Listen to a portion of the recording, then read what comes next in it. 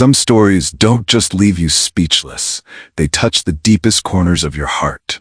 This is one of those stories, a tale of love, forgiveness, and a bond that seemed lost forever. Today, I want to share a very special story with you. It's about a young girl and a single sentence that changed everything. A sentence that silenced an entire courtroom and shook the lives of two people who thought they were strangers. Stay with me until the end. Because sometimes, someone else's journey can help us see our own lives in a new light. And if this story touches your heart, please don't forget to like this video and subscribe to our channel. Your support helps us bring more meaningful stories to life. And I'd love to hear your thoughts. Share them in the comments below. It was a quiet morning in the family courtroom, the kind of day where routine cases of custody disputes or minor offenses were usually handled without much fuss. But something about this morning felt different. The soft echo of footsteps on polished floors, the scrape of wooden benches, and the solemn whispers among spectators created an air of tension that no one could quite explain. At the center of it all was Judge Rebecca Hart. Known for her no-nonsense demeanor and an unwavering sense of justice, she commanded attention the moment she stepped into the room. Her black robe flowed with authority, and her sharp gaze swept over the courtroom like a searchlight. Rebecca was not one to tolerate nonsense, especially not from the young offenders she often saw. Across the room at the defendant's table sat a young girl named Lila. At just 12 years old, she seemed out of place in this imposing courtroom. Her small frame was nearly lost in the oversized wooden chair. She wore scuffed sneakers, jeans that were too short, and a hoodie that had seen better days. Yet, it wasn't her appearance that drew attention. It was her eyes. They held a quiet strength, a resilience forged by years of struggle, but also a flicker of uncertainty, as if she was bracing herself for a storm only she could see. Lila had been brought here after being accused of trespassing in a gated community. A homeowner had called the police, reporting a suspicious figure. When confronted, Lila had no explanation for why she was there. The case seemed straightforward, just another juvenile delinquency hearing to move through the system. But as the bailiff's voice rang out, breaking the quiet, something shifted. "All rise for the Honorable Judge Hart," he announced, his voice echoing through the high-ceilinged room. The courtroom stood in unison, the rustle of movement filling the space. Rebecca took her seat at the bench, her gaze briefly meeting Lila's. The girl's fingers clutched the edge of the table, her knuckles turning white as she held on tightly. Their eyes locked for a moment. A fleeting connection, before Rebecca broke it, her professional mask firmly in place. No one could have predicted what would happen next. No one could have guessed that in a matter of moments, one sentence would shatter the quiet routine of this courtroom and change the lives of everyone inside. The courtroom was silent, the kind of silence that presses on your chest and makes you hold your breath without realizing it. Judge Rebecca Hart shifted slightly in her seat, her sharp eyes glancing down at the case file before her. She took a steadying breath, her voice calm and professional as always. "Lila," she began, her tone even and deliberate. "How do you plead? Guilty or not guilty?" Lila sat frozen for a moment. Her small hands gripped the edge of the wooden table, her knuckles turning white. Her chest rose and fell as if she were gathering every ounce of courage she could find. Then, slowly, she stood. The room seemed to lean forward, holding its collective breath. Every eye fixed on the little girl, who looked so small yet carried an air of quiet determination. Lila lifted her head, her gaze locking onto Rebecca's. Her lips trembled, but when she spoke, her voice was steady, louder, stronger than anyone expected. "I plead not guilty," she said. The room began to exhale, but before anyone could fully process her answer, she took another breath and spoke again. This time louder, the words cutting through the air like a blade. "Because you're my mom." The courtroom froze. A collective gasp rippled through the room, and then silence. An eerie, suffocating silence, as though the walls themselves were holding their breath. The prosecutor, who had been flipping through his notes, froze mid-motion, his eyes wide with disbelief. The stenographer's fingers hovered above her keyboard, motionless. Spectators exchanged stunned glances, their whispers barely audible. Rebecca's pen hovered above her notepad, her hand trembling slightly. For the first time in her career, she didn't know what to say. Her composure, always so unshakable, wavered. She stared at Lila, her expression frozen in shock, but her mind was racing. Lila didn't falter. She stood tall, her voice steady but filled with a raw pain that seemed far too old for a girl her age. "You gave me away," Lila said, her voice cracking as tears welled up in her eyes. "And now you don't even recognize me." Rebecca's chest tightened, an invisible weight pressing down on her. Her grip on the edges of her desk tightened, as though holding on could somehow steady the storm brewing inside her. The room remained deathly silent. No one moved. No one spoke. Every soul present seemed trapped in the gravity of Lila's words, waiting, breathless for Rebecca's response. But Rebecca didn't respond. She couldn't. Her silence hung heavy in the air, a silence that spoke louder than any words. And in that moment, it wasn't just the courtroom that seemed to crumble. It was the carefully constructed walls of Rebecca's life. Walls she had spent decades building to keep her past hidden. Lila had been arrested just a few days earlier. It was late at night, and she had been found wandering in a gated neighborhood. The streets were empty, the houses dark, except for the occasional glow of porch lights. A homeowner, noticing Lila walking near their property, had called the police, describing her as suspicious. When the officers arrived, Lila couldn't give them a clear answer about why she was there. She looked nervous, her voice shaky, and her hands clutching the straps of her worn backpack. To them, she was just another troubled kid, out after curfew, in a place she didn't belong. They took her into custody. Now in court, the prosecutor stood tall, his voice sharp and unwavering as he addressed the room. "Your Honor," he began, "this is not Miss Lila's first encounter with law enforcement. On previous occasions, she has been reported for trespassing and loitering. While no charges were filed in those incidents, the pattern here is clear. This young lady has repeatedly violated rules and disregarded authority. It's time for her to face the consequences of her actions." The words hung heavily in the room. Lila sat quietly, her head slightly bowed, but her fingers fidgeted nervously on the table. She could feel the weight of every eye in the courtroom pressing down on her. Then her lawyer, a weary but compassionate public defender, stood to speak.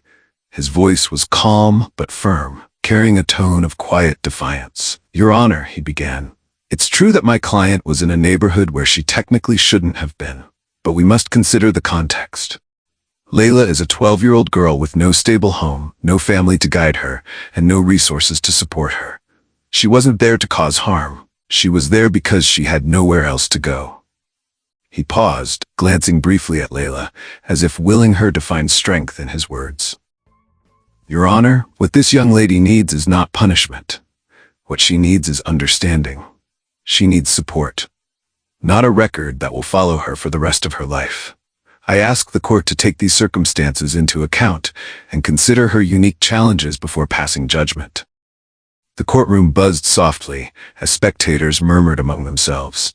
On one side, the prosecutor's accusations painted Lila as a repeat troublemaker. On the other, her lawyer's plea revealed a vulnerable child caught in circumstances far beyond her control. Rebecca listened intently, her face unreadable, as the arguments unfolded before her. This wasn't the first time she'd heard a case like this. But something about Lila, her silence, her composure, the subtle tremor in her hands, lingered in Rebecca's mind longer than she expected. Rebecca froze. The words, "because you're my mom," seemed to echo endlessly in her mind, refusing to be silenced. For a moment, her hand hovered over the pen she had been holding, trembling slightly. She forced herself to set it down and looked at Lila again, her expression sharp, almost cold, a mask she had perfected over the years. "I don't know what you're talking about," she said finally, her voice clipped, professional. The words came out too fast, too sharp, betraying the turmoil bubbling beneath her composed exterior. But the room was already shifting.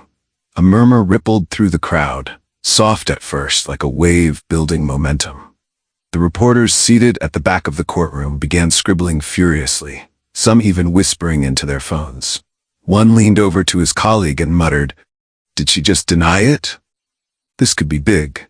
Rebecca felt her chest tighten as the weight of 100 eyes pressed down on her. Some were filled with curiosity, others with disbelief, and a few even with judgment. The whispers grew louder, a low hum of speculation that seemed to fill every corner of the room. She tightened her grip on the edge of the desk, willing herself to stay composed. This isn't real, she told herself. This isn't happening. But it was happening. On the other side of the room, Gloria Adams, the social worker assigned to Lila's case, observed the scene silently. Her brow furrowed and her lips pressed into a thin line. Gloria had been in this courtroom countless times, but this was different. She glanced at Lila, who sat rigid, her hands clenched into fists on the table. The girl's shoulders were tense, her breath shallow, but her gaze was unwavering. Then Gloria shifted her attention to Rebecca.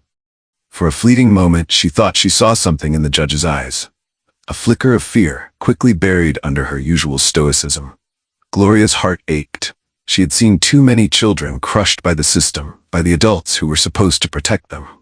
And now, she feared Lila was about to endure the same. Rebecca, feeling the walls closing in, rapped her gavel sharply. "Order in the court," she demanded. Her voice was firm, but it lacked the weight of conviction it usually carried. The room fell silent again, but the tension remained, thick and suffocating. Rebecca shifted her attention back to the file in front of her, pretending to read. The words blurred on the page, meaningless. She could feel Lila's gaze on her, piercing and relentless. And behind that, the quiet judgment of Gloria, the whispers of the crowd, the weight of a truth she had tried so hard to bury. Her carefully constructed world was beginning to crack, and for the first time in years, Rebecca felt something unfamiliar. A gnawing, undeniable doubt. But doubt wasn't the only thing she felt. It was fear. Fear that the truth she had buried so deeply was finally clawing its way to the surface. Lila hesitated, her small hands gripping the edge of the table as if it were her lifeline. She took a shaky breath, her chest rising and falling with the effort to steady herself. For a moment, it seemed like she might stay silent. But then she raised her head, locking eyes with Rebecca. "I've been through so many foster homes," she began, her voice soft but resolute. Each word seemed to carry the weight of years of pain. "So many families, some kind, some not. And every time I packed my things, I thought, maybe this time it'll be different." The room was deathly quiet, the kind of silence that presses against your ears. Even the reporters who had been scribbling furiously moments before now sat frozen, their pens hovering over their notepads. Lila's voice wavered, but she didn't stop. "Maybe this family will stay," she said, her words trembling.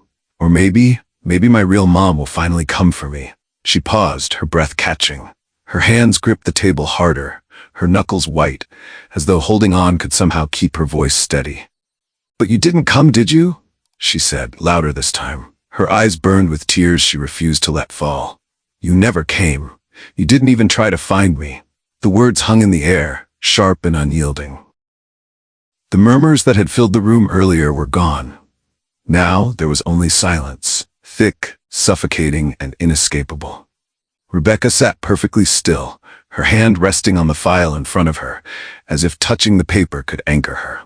Her gaze dropped to her desk, avoiding Lila's piercing eyes. But the girl's words had struck something deep within her, and she felt her carefully constructed composure start to slip. Lila's shoulders rose and fell with each shaky breath, but she pressed on, her voice growing steadier with each word. "All I ever wanted was to know why," she said, her tone quieter now, but no less piercing. "Why did you leave me? Was I not enough? Was I not worth it?" Rebecca's chest tightened. She felt her fingers curl slightly, as if reaching for something that wasn't there. Her thoughts raced, searching for an explanation, an excuse, anything that could justify the unbearable truth hanging in the room. But there was nothing. Lila stepped forward, her voice dropping to almost a whisper, but the power behind her words was undeniable. "I just wanted you to try," she said, "just once." Rebecca's hand trembled. For a moment her lips parted, as if she were about to speak, but no words came out. Her mind was a storm of emotions, guilt, regret, fear, but none of them could find their way into words. The courtroom felt frozen in time. Every eye in the room shifted between the two. The small girl standing tall with the strength of her pain, and the judge, a figure of authority, now reduced to silence. Lila stood there for a moment longer, her eyes glistening, but resolute. She had said everything she needed to say. Slowly, she sat back down, her shoulders slumping as if the weight of her story had finally been lifted, even if just a little. But the room remained heavy with unspoken words, the air thick with the truth that neither Rebecca nor anyone else could deny. Rebecca sat alone in her chambers, the heavy oak door shut behind her. The silence was deafening, a stark contrast to the murmurs and whispers that had filled the courtroom just moments ago. She leaned against the desk, her hands gripping the edge as if the solid wood could somehow steady her. Her mind was a storm. Lila's voice echoed in her ears, every word cutting through the walls she had built to protect herself. "Why didn't you come? Was I not enough?" The questions lingered, sharp and unrelenting. She closed her eyes, and the memories she had buried so carefully began to resurface. She was 18 again, standing in her parents' living room, the air thick with tension. Her father's voice was stern, unyielding. "You've ruined your future, Rebecca. Do you have any idea what this will do to our family?" Her mother, usually a source of comfort, sat quietly, her face pale, her eyes filled with shame. "This is for the best," she had whispered. "You're too young. You can't raise a child. You have to think about your education, your career." Rebecca had fought back tears, her arms instinctively wrapping around her stomach. Deep down, she wanted to keep the baby. She wanted to believe she could be a good mother, despite the odds. But the weight of her family's words crushed her resolve. A week later, she signed the papers. The memory of handing her newborn daughter over to the social worker was as vivid now as it had been then. Lila had been so small, her tiny fingers curling around Rebecca's thumb, as if pleading with her not to let go. But she had let go. Rebecca opened her eyes, the guilt pressing against her chest like a physical weight. She had spent years convincing herself it was the right decision. "She'll have a better life," she had told herself. "She'll be with a family who can give her everything I can't." But those words felt hollow now. She had built a career, earned respect, and achieved everything her parents had hoped for. But no degree, no title, no courtroom victory could erase the ache in her heart or the haunting question that had followed her for years. Was she happy? Was she loved? Did she ever wonder why I left her? Rebecca let out a shaky breath, her fingers loosening their grip on the desk. Her reflection in the window stared back at her, not as the composed, authoritative judge she had worked so hard to become, but as a scared young woman who had made a choice she could never take back. And now, the choice she had made all those years ago was staring back at her in the form of a brave, resilient girl who had every right to ask why. Rebecca sat motionless in her chambers, her thoughts still swirling with guilt and doubt. The knock on the door was soft but deliberate. She didn't respond at first, hoping whoever it was would simply go away. But the knock came again, more insistent this time. "Come in," she said finally, her voice low and uneven. The door opened, and Gloria Adams stepped inside, her expression calm but resolute. She carried a folder in one hand, and her warm eyes searched Rebecca's face for any sign of openness. "Judge Hart," Gloria began gently, closing the door behind her. "Do you have a moment?" Rebecca straightened in her chair, masking her unease with a formal nod. "What can I do for you, Miss Adams?" Gloria hesitated for a moment, then placed the folder on Rebecca's desk. She didn't open it right away. Instead, she sat across from Rebecca, her hands clasped together. "It's about Lila," Gloria said softly. Rebecca's jaw tightened, but she said nothing. Gloria leaned forward slightly, her voice tinged with a quiet urgency. "She's been in the system her whole life. Bounced between foster homes, some good, some bad, and through it all, she's held on to one hope." Rebecca's eyes flicked to the folder, but she didn't open it. She kept her gaze steady, though the tension in her shoulders betrayed her. "She's been drawing," Gloria continued, her tone growing softer. "Hundreds of pictures, all of them of the same thing, a mother she's never met. Every single drawing, Judge Hart, is her imagining what you might look like, what it might feel like to know you." The words hit Rebecca like a wave, but she didn't let it show. Instead, she reached for the folder, her fingers hesitating before flipping it open. Inside were pages of carefully preserved sketches. Some were crude and childlike, drawn with crayons on wrinkled paper. Others were more detailed, showing a woman with warm eyes and outstretched arms. "She just wants to know you," Gloria said, her voice barely above a whisper. "That's all she's ever wanted." Rebecca's throat tightened as she stared at the drawings. The childlike innocence, the raw longing captured in each stroke, made it impossible to look away. Gloria let the silence linger for a moment before speaking again, her voice firm but kind. You've spent your life helping people, bringing justice to others. But what about her? What about Lila? Rebecca looked up, her composure cracking. It's not that simple, she said, her voice strained. You don't understand what I do understand, Gloria interrupted, her tone steady but filled with compassion. I've seen kids like Lila their entire lives. Most of them never find the answers they're looking for. Most of them never get this chance. She paused, letting her words sink in. But Lila found you, and this is your chance, your only chance to make things right. Rebecca stared at Gloria, her mind racing. For so long she had believed that keeping her distance was the right thing to do. But now, faced with the undeniable reality of Lila's pain, that belief felt hollow. Gloria stood, her voice softening. You can keep running, Rebecca, or you can face the truth and give that girl what she's been searching for her entire life, her mother. With that, Gloria turned and walked to the door. She paused, glancing back over her shoulder.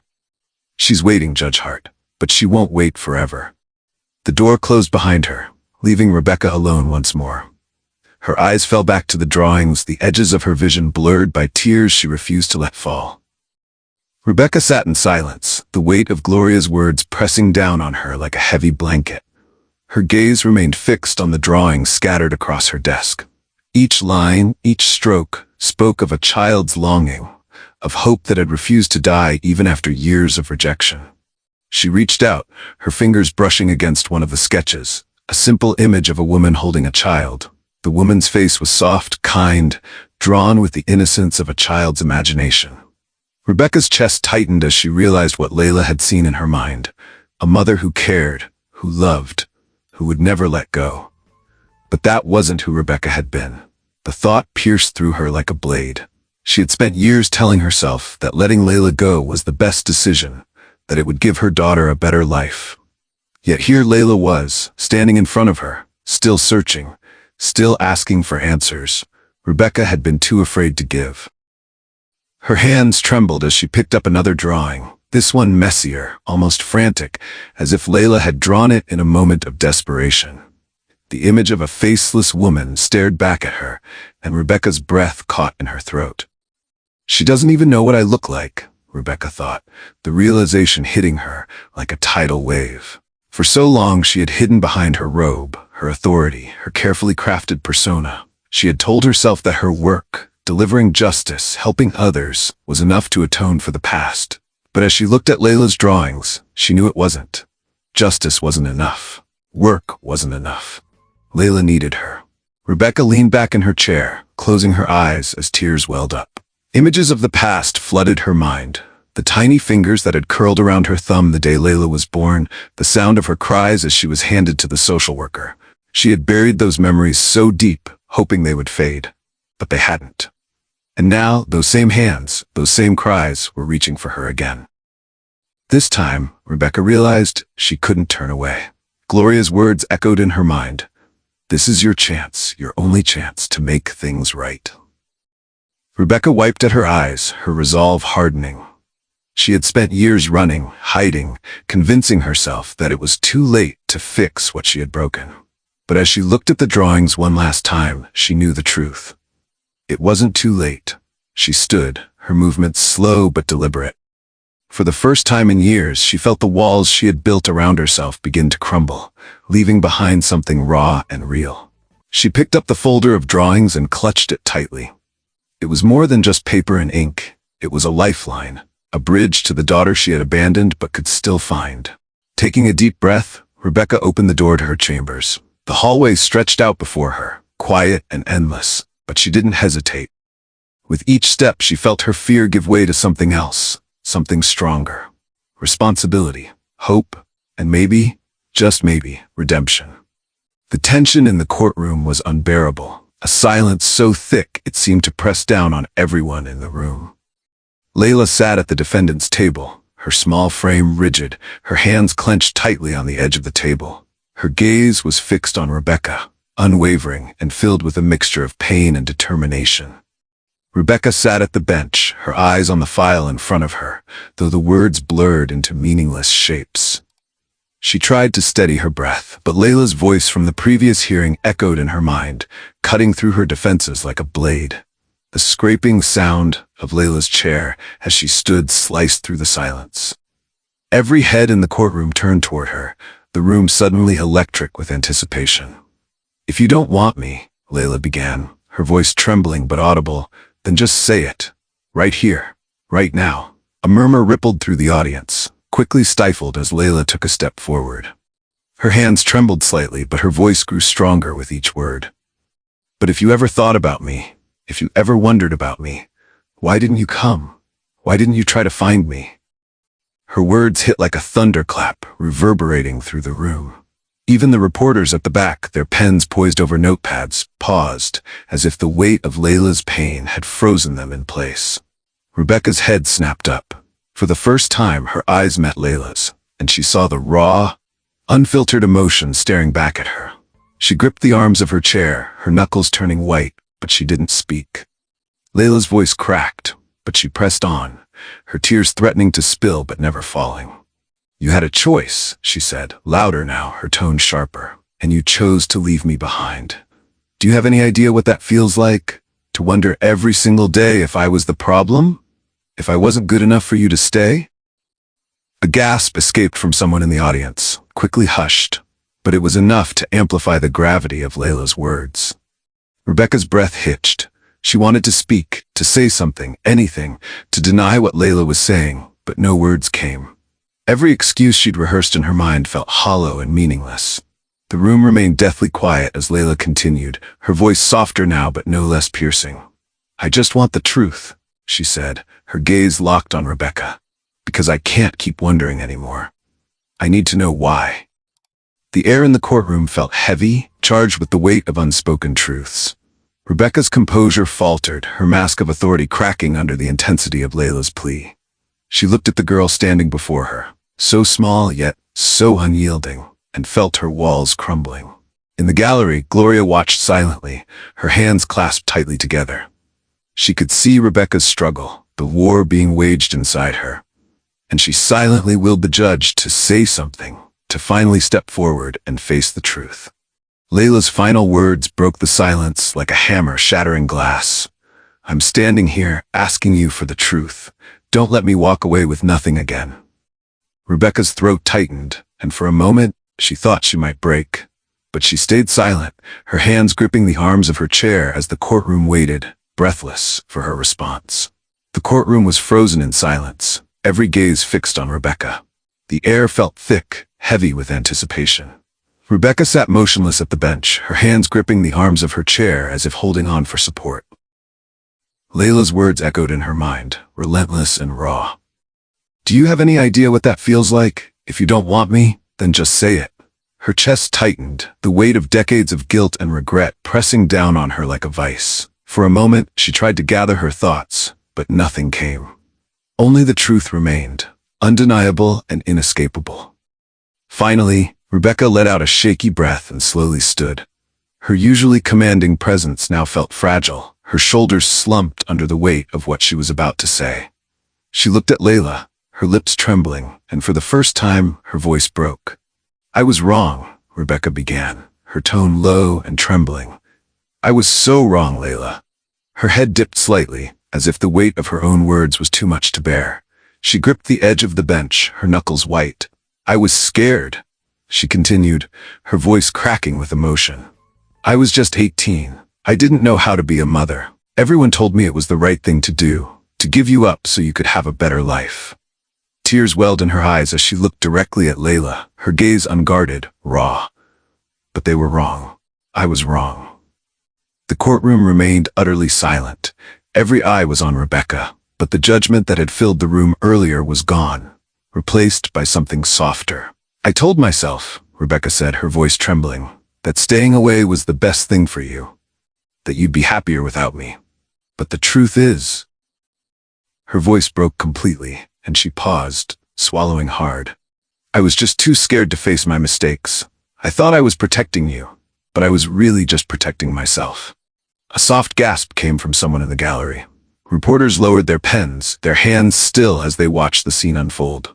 Rebecca's tears finally spilled over as she took a shaky breath. "I never stopped thinking about you, Lila. Not for a single day. And I'm sorry, so sorry for making you feel like you weren't enough. Because you were. You are." Lila's hands clutched the table, her knuckles pale, but her expression softened as tears brimmed in her eyes. The room seemed to shift, the air growing lighter as the tension dissolved. Whispers of sympathy rippled through the audience, and even the most skeptical faces softened. Rebecca took another deep breath, her voice steadier now, but still heavy with emotion. "If you can ever forgive me, Lila, I want to try. I want to be the mother you deserved all along."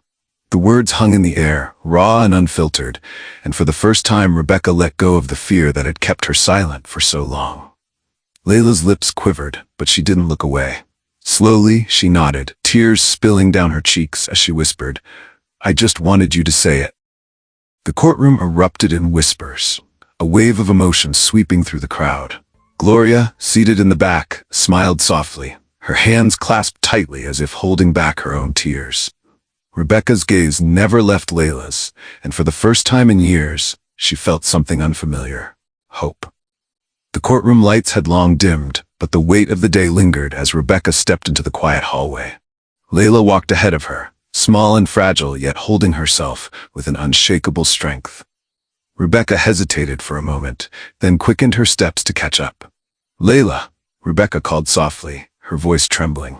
Lila turned, her eyes still glistening with the remnants of tears. "I want to try," Rebecca said, her voice firm despite the emotion breaking through. "I know I can't undo the past, but I want to be there for you now, if you'll let me." Lila didn't answer immediately. She simply stared at Rebecca, searching her face for sincerity. Slowly, she nodded, her lips pressing together as if holding back more tears. In the weeks that followed, Rebecca set aside the rigid structure of her carefully controlled life. She filed a formal petition to gain legal guardianship of Lila, a process she knew would take time, but one she was determined to see through. More than that, Rebecca began to show up, not as a judge, but as a mother trying to rebuild what she had lost. At Lila's first art showcase at the local community center, Rebecca stood in the back, her heart pounding, as she watched the crowd gather around the drawings that had once been Lila's private world. One by one, people admired the sketches of a faceless mother, a woman reaching out with hands full of love and longing. Rebecca felt her chest tighten as she realized that, for the first time, Lila wasn't hiding. These weren't just pictures, they were pieces of her heart, now shared with the world. When Lila stepped onto the small stage to thank everyone for coming, her eyes scanned the room until they found Rebecca. For a brief moment, their gazes locked. Lila smiled, a small, tentative smile, but one that carried more meaning than words ever could. Rebecca's eyes blurred with tears as she clapped, her hands shaking slightly. For years she had stood on stages, delivering verdicts and judgments with unwavering confidence. But this moment, standing in the audience and watching her daughter, was the most important decision she'd ever made. To choose Lila, over and over again. Rebecca didn't stop there. She made it a priority to learn everything about Lila. Her favorite foods, the music she liked, the little quirks that made her laugh. They started meeting weekly at Lila's favorite diner, where they'd share milkshakes and talk about everything and nothing. Each day was a small step, a piece of the bridge they were building between their past and their future. Rebecca knew it wasn't perfect. There were moments of hesitation, moments when Lila's guard would go back up, her pain resurfacing. But Rebecca didn't shy away. She stayed, patiently chipping away at the walls Lila had built to protect herself. For the first time in her life, Rebecca wasn't just doing her duty. She was living her responsibility. The gallery was alive with murmurs of admiration. Visitors moved from one artwork to the next, pausing to take in the emotions captured in each piece. Among them, Rebecca stood quietly, her eyes scanning the room until they landed on a single painting at the far end. It was different from the others. The painting depicted a mother holding her child in a gentle embrace, their faces serene, framed by warm golden hues that seemed to radiate love and safety. The details were vivid. The mother's arms wrapped protectively around the child, the way their faces leaned into one another, as if the world outside didn't matter. Rebecca's breath caught in her throat. She approached the painting slowly, her steps hesitant, her hands clasped tightly in front of her. Standing before it, she couldn't help but feel the weight of everything the image represented. Lila appeared at her side, quiet and composed, though Rebecca could see the faint tremble in her hands. "I made this one for you," Lila said softly, her voice barely above a whisper. Rebecca turned to her, her eyes wide, her chest tightening. "For me?" she asked, her voice cracking with emotion. Lila nodded, her gaze steady yet filled with vulnerability. "I drew it because I always hoped. I hoped that one day you'd come back, that you'd want me." Rebecca felt tears well up in her eyes, threatening to spill. She opened her mouth to speak, but found herself momentarily unable to form words. Instead, she looked back at the painting, its warmth echoing the hope that Lila had held onto for so long. Finally, Rebecca turned to Lila, her voice shaking. "I'm so sorry, Lila. I should have been there. I should have never let you go." Lila's lips quivered, and for a moment, Rebecca feared she might pull away. But instead, the girl stepped forward, closing the space between them. Rebecca knelt, wrapping her arms around Lila in a tight embrace. It was the kind of hug that spoke of years of unspoken words, years of absence, and a lifetime of love waiting to be expressed. "I'm here now," Rebecca whispered, her tears falling freely, "and I'm never letting you go again." Lila buried her face in Rebecca's shoulder, her small frame shaking as she finally let her tears fall. The room seemed to fade away, the murmur of voices distant, as if the world had paused to honor the moment. When they finally pulled apart, Rebecca cupped Lila's face in her hands, brushing away the tears streaking her cheeks. "You've always been my daughter," Rebecca said, her voice firm yet tender. "And you always will be." Lila's smile was small but genuine, her eyes glistening with a mixture of relief and joy. She reached out and held Rebecca's hand, squeezing it tightly as if to anchor herself in the moment. The crowd around them watched silently, some dabbing at their own eyes, moved by the quiet power of what they had just witnessed. In that moment, Rebecca didn't see herself as a judge or a figure of authority. She was simply a mother, and for the first time, she felt like she was exactly where she was meant to be. As the gallery emptied and the crowd dispersed, Rebecca and Lila remained. They sat together on a bench near the painting that had brought them closer than words ever could. The warmth of the room seemed to linger, as if the walls themselves had absorbed the emotions of the day. Rebecca looked at Lila, her heart swelling with a mixture of gratitude and determination. "You've taught me something I never thought I'd learn," she said softly. Lila turned to her, curiosity lighting up her tired eyes. Rebecca continued, her voice steady but filled with emotion. "I've spent my life trying to be perfect, trying to control everything around me. But love isn't about perfection. It's about showing up, even when it's hard, especially when it's hard." Lila's lips curved into a small smile, and she leaned her head against Rebecca's shoulder.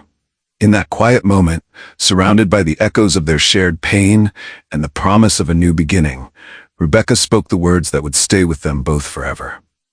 "Love isn't perfect," she said, her voice barely above a whisper. "But forgiveness and effort, they can heal even the deepest wounds. Sometimes all it takes is opening your heart and taking that first step." Lila closed her eyes, her hand reaching out to grasp Rebecca's. Their fingers intertwined, a silent promise exchanged between mother and daughter. Thank you for joining us on this heartfelt journey. If this story touched you, please give the video a like and share it with someone who might need a little hope today. Don't forget to hit the subscribe button to stay connected and discover more inspiring stories like this one. Your support means the world to us and keeps our team motivated to create meaningful content that resonates with you. Together, let's spread kindness, hope, and the power of forgiveness. Thank you for being a part of this journey.